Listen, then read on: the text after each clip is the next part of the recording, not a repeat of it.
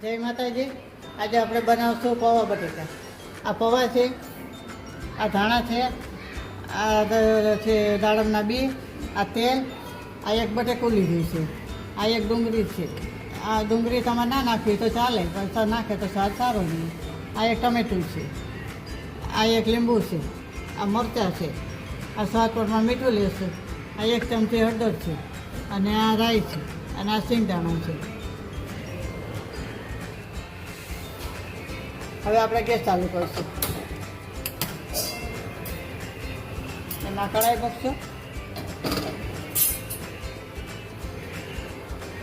એમાં તેલ નાખશું. પહેલાં આપણે સિંગદાણા શેકી લઈશું.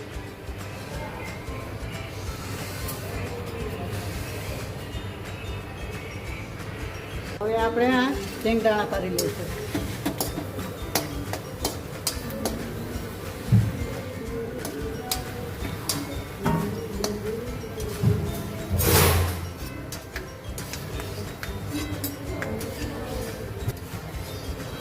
હવે આપણે બટેકાનો વઘાર કરશું. બાફીને કરવો હોય તો કરે, અને આ એમને પાતળા ફોડીને કરવા હોય તો કરે. હવે આપણે રાઈ નાખશું.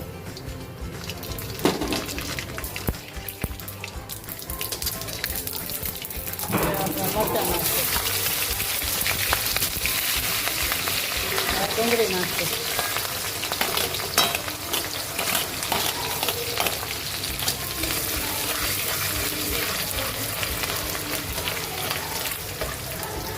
હવે આપણે બટેકા ધોઈને રાખ્યા છે એ નાખી દઈશું.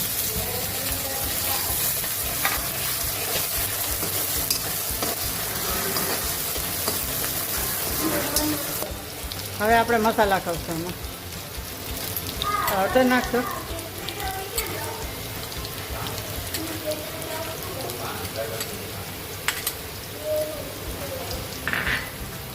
મીઠું નાખશું સ્વાદ પ્રમાણે.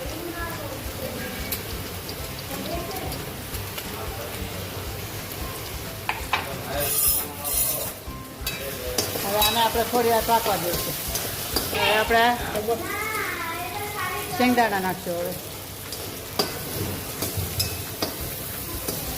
હવે આ ચડી જાય પછી આપણે પૌવા નાખી દઈશું. હવે આપણે અડધો ગ્લાસ જેવું પાણી નાખશું.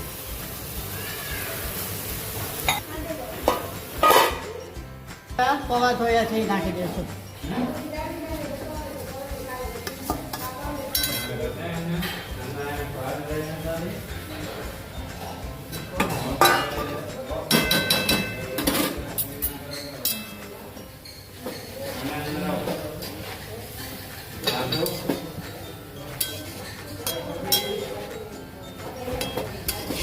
આપણે ટમેટા નાખી દઈશું.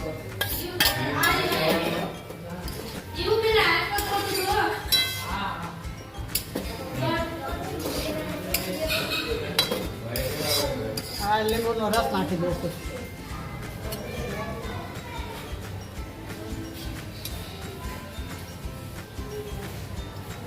આ ખાંડ નાખશું. ખાંડનો કહેતા ભૂલી ગઈ છે, નજર કાઢી નથી તો.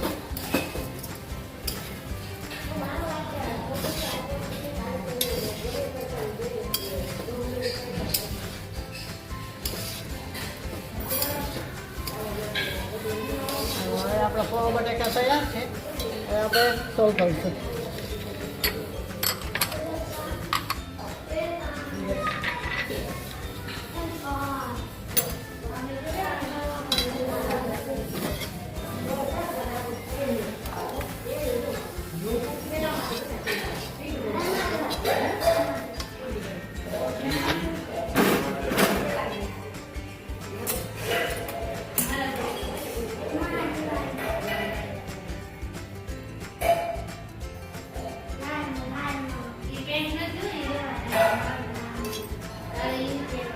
પૌવા બટેકા તૈયાર છે. હવે આપણે આ ધાણા નાખશું.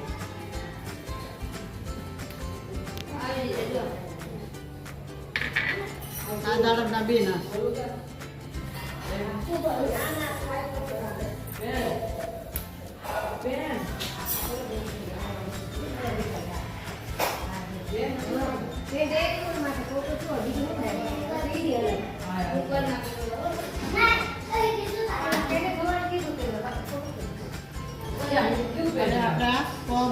તૈયાર છે.